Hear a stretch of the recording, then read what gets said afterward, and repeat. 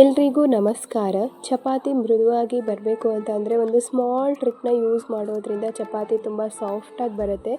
May be ಈ informations ತುಂಬ ಜನಕ್ಕೆ ಯೂಸ್ ಆಗಬಹುದು. ಆ ಕಾರಣ ನಾನು ನಿಮಗೆ ಈ ವಿಡಿಯೋವನ್ನು ಶೇರ್ ಮಾಡ್ತಾ ಇದ್ದೀನಿ. ಚಪಾತಿಯನ್ನು ಮೊದಲಿಗೆ ಲಟ್ಟಿಸ್ಕೊಳ್ಳುವಾಗ ಚಿಕ್ಕದಾಗೆ ಲಟ್ಟಿಸ್ಕೊಂಡು ಅದ್ರ ಮೇಲೆ ಚಪಾತಿಯ ಮೇಲೆ ಎಣ್ಣೆಯನ್ನು ಸ್ಪ್ರೆಡ್ ಮಾಡ್ಕೊಳ್ಳೋಣ. ಸ್ಪ್ರೆಡ್ ಮಾಡಿಬಿಟ್ಟು ನಂತರ ಫೋಲ್ಡ್ ಮಾಡಿ ಅದ್ರ ಮೇಲೂ ಕೂಡ ಸ್ವಲ್ಪ ಎಣ್ಣೆಯನ್ನು ಸ್ಪ್ರೆಡ್ ಮಾಡಬಹುದು. ಈ ಥರ ಮಾಡಿ ಚಪಾತಿಯನ್ನು ಲಟ್ಟಿಸ್ಕೊಂಡು ಬೇಯಿಸೋದ್ರಿಂದ ಚಪಾತಿ ತುಂಬಾ ಸಾಫ್ಟ್ ಹಾಗೂ ಲೇಯರ್ ಆಗಿ ಬರುತ್ತೆ. ತುಂಬಾ ಇಷ್ಟಪಟ್ಟು ತಿಂತಾರೆ. ಆ ರೀತಿ ತುಂಬ ಸಾಫ್ಟ್ ಆಗುತ್ತೆ ಚಪಾತಿ. ಮೇ ಬಿ ಇನ್ಫಾರ್ಮೇಷನ್ಸ್ ತುಂಬ ಜನಕ್ಕೆ ಯೂಸ್ ಆಗಬಹುದು. ನಾನು ಮೊದಲಿಗೆ ಚಪಾತಿಯನ್ನು ಮಾಡಿದಾಗ ತುಂಬ ಗಟ್ಟಿಯಾಗಿ ಮಾಡ್ತಾಯಿದ್ದೆ.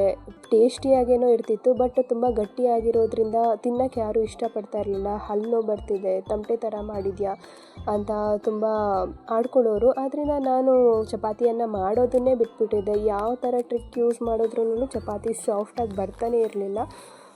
ಸೊ ಅಕ್ಕ ಬಂದು ಒಂದು ದಿವಸ ಈ ಥರ ಚಪಾತಿ ಮೇಲೆ ಲೇಯರಾಗಿ ಎಣ್ಣೆಯನ್ನು ಬಳಸೋದ್ರಿಂದ ಚಪಾತಿ ಲೇಯರಾಗಿ ಬರುತ್ತೆ ಹಾಗೂ ಸಾಫ್ಟಾಗಿ ಬರುತ್ತೆ, ಲಾಂಗ್ ಟೈಮ್ ಸಾಫ್ಟಾಗಿರುತ್ತೆ ಅಂತ ಹೇಳಿದರು.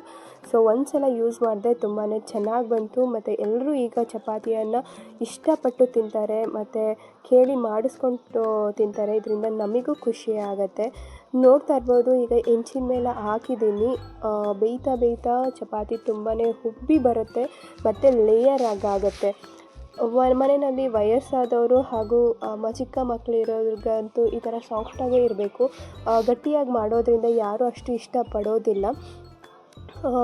ವಯಸ್ಸಾದವರಿಗಾದರೆ ಈ ಥರ ಸಾಫ್ಟಾಗಿ ಕೊಟ್ಟರೆ ಅವರು ಕೂಡ ತುಂಬ ಇಷ್ಟಪಡ್ತಾರೆ.